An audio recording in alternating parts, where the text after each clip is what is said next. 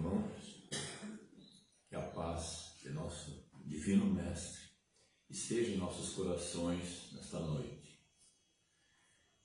Que os bons Espíritos me intuam para transmitir a mensagem que vou trazer para vocês esta noite. Vamos lembrar então no capítulo 8 do Evangelho, aliás, no capítulo 15, no item 8 do Evangelho segundo o Espiritismo, quando Kardec comentou sobre a frase: fora da igreja não há salvação, que foi uma maneira que a Igreja Católica usou para conter a migração de seus fiéis que estavam indo para outras religiões. E para entender melhor, vamos lembrar um pouco da história da Igreja Católica. Quero antes pedir aos nossos irmãos presentes que não tenho nada contra a Igreja Católica. Não quero criticar a Igreja, apenas comentar sobre um pouco da história.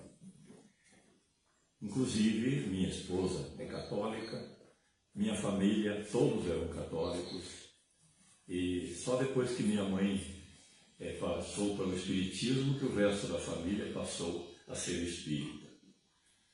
Eu considero o catolicismo uma religião muito boa, porque ela encaminha, principalmente as pessoas mais jovens, a conhecer a vida de Jesus. E isso é muito interessante.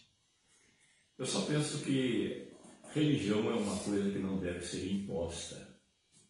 Quando a gente é criança, até deve seguir a religião dos pais. É um dever dos pais levar os seus filhos a conhecer a sua religião.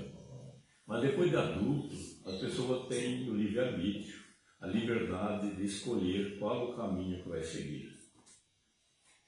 E conta a história que na Palestina predominava o judaísmo, e com a vida de Jesus Cristo começou uma nova religião chamada de cristianismo. E os cristãos foram perseguidos, como vocês sabem, foram torturados, muitos foram mortos, mas nem assim não desistiam da sua fé. Conta até nos Atos dos Apóstolos que Saulo, que era um dos comandantes do Império Romano, estava perseguindo os cristãos quando ouviu uma voz que lhe disse: Saulo, Saulo, por que me persegues? De susto, provavelmente, ele caiu do cavalo e ficou cego. E teve algum tempo sem enxergar, até que um dia um cristão tratou ele e fez recuperar a sua visão. A partir dali, ele passou a ser cristão e foi um dos maiores precursores da doutrina cristã no mundo. E para isso trocou seu nome para Paulo. O seu trabalho foi tão grande que no ano 303, o imperador Constantino tornou o cristianismo religião oficial em Roma, com o nome de Igreja Católica Apostólica Romana. Todos tinham que seguir os dogmas da Igreja. Porém, como cada cabeça é uma sentença, cada cabeça pensa diferente da outra, surgiu por volta do ano 1000, na Península Árabe, o islamismo, uma religião criada pelo profeta Maomé, que era seguida pelos muçulmanos. E muitos católicos converteram-se para o islamismo. E isso foi o estopim para iniciar uma guerra chamada de Cruzadas, porque o exército imperial de Roma tinha o emblema de uma cruz no peito. Essa guerra durou quase 200 anos.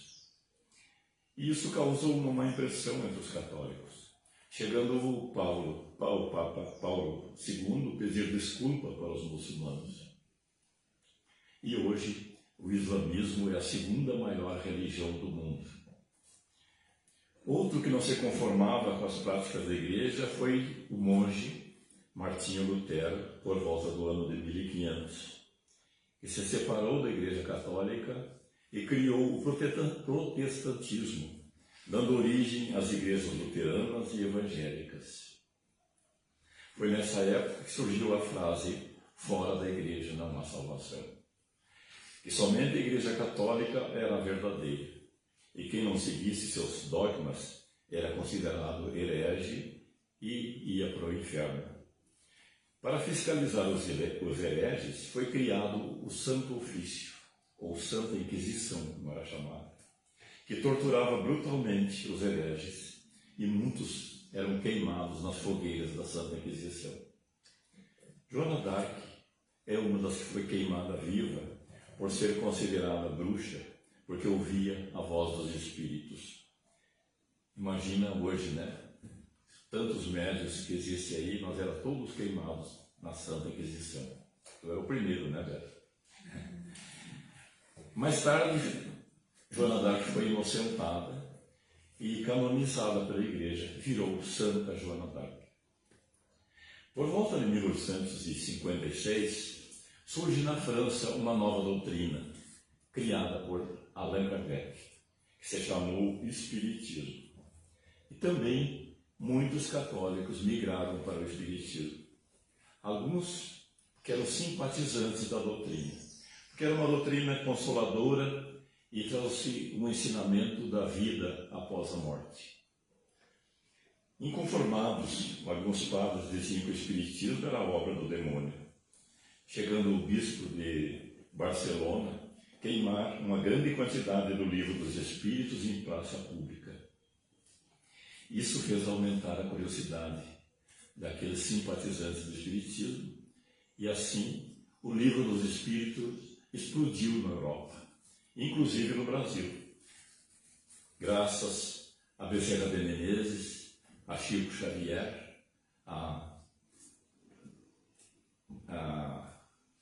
nosso querido Divaldo Franco e tantos outros. Hoje,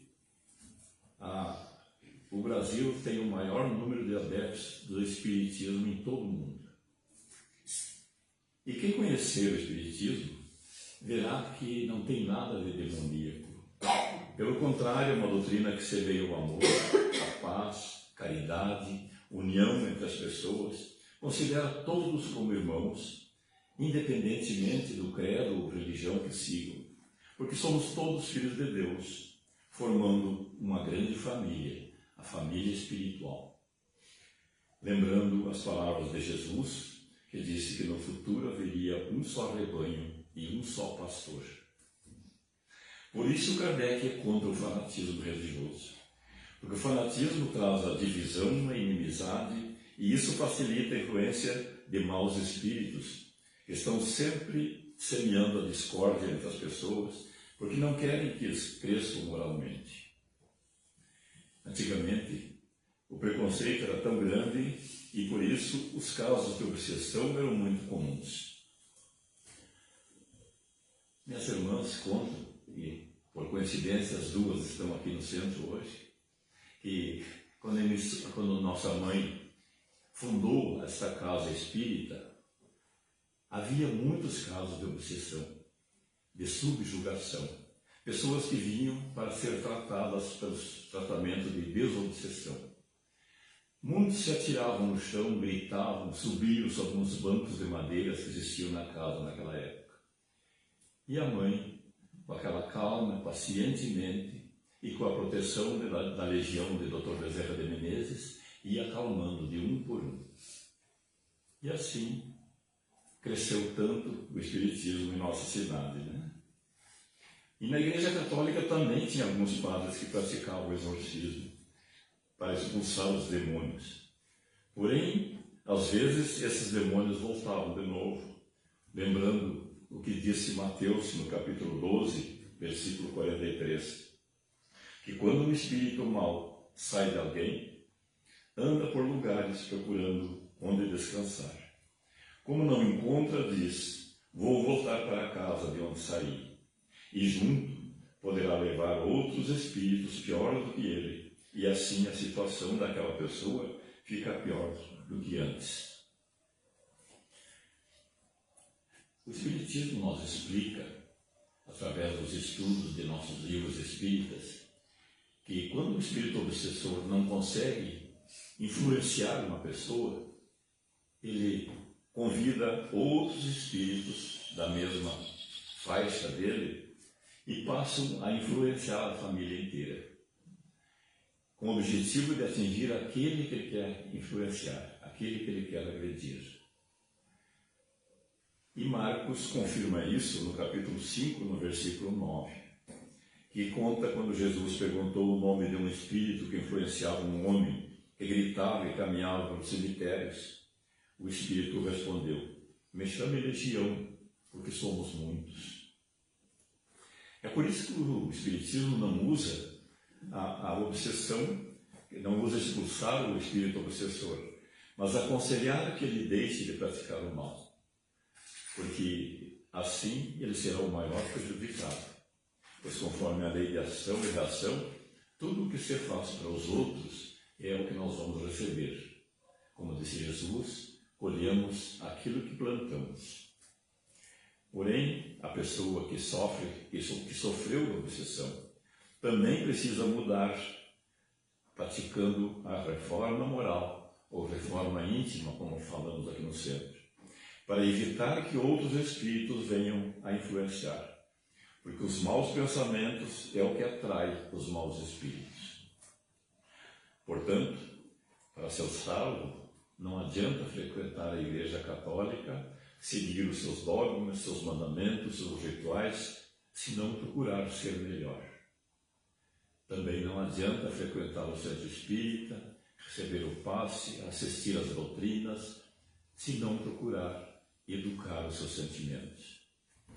É por isso que Kardec disse que se reconhece o verdadeiro espírita pelo esforço que ele faz para domar suas más inclinações.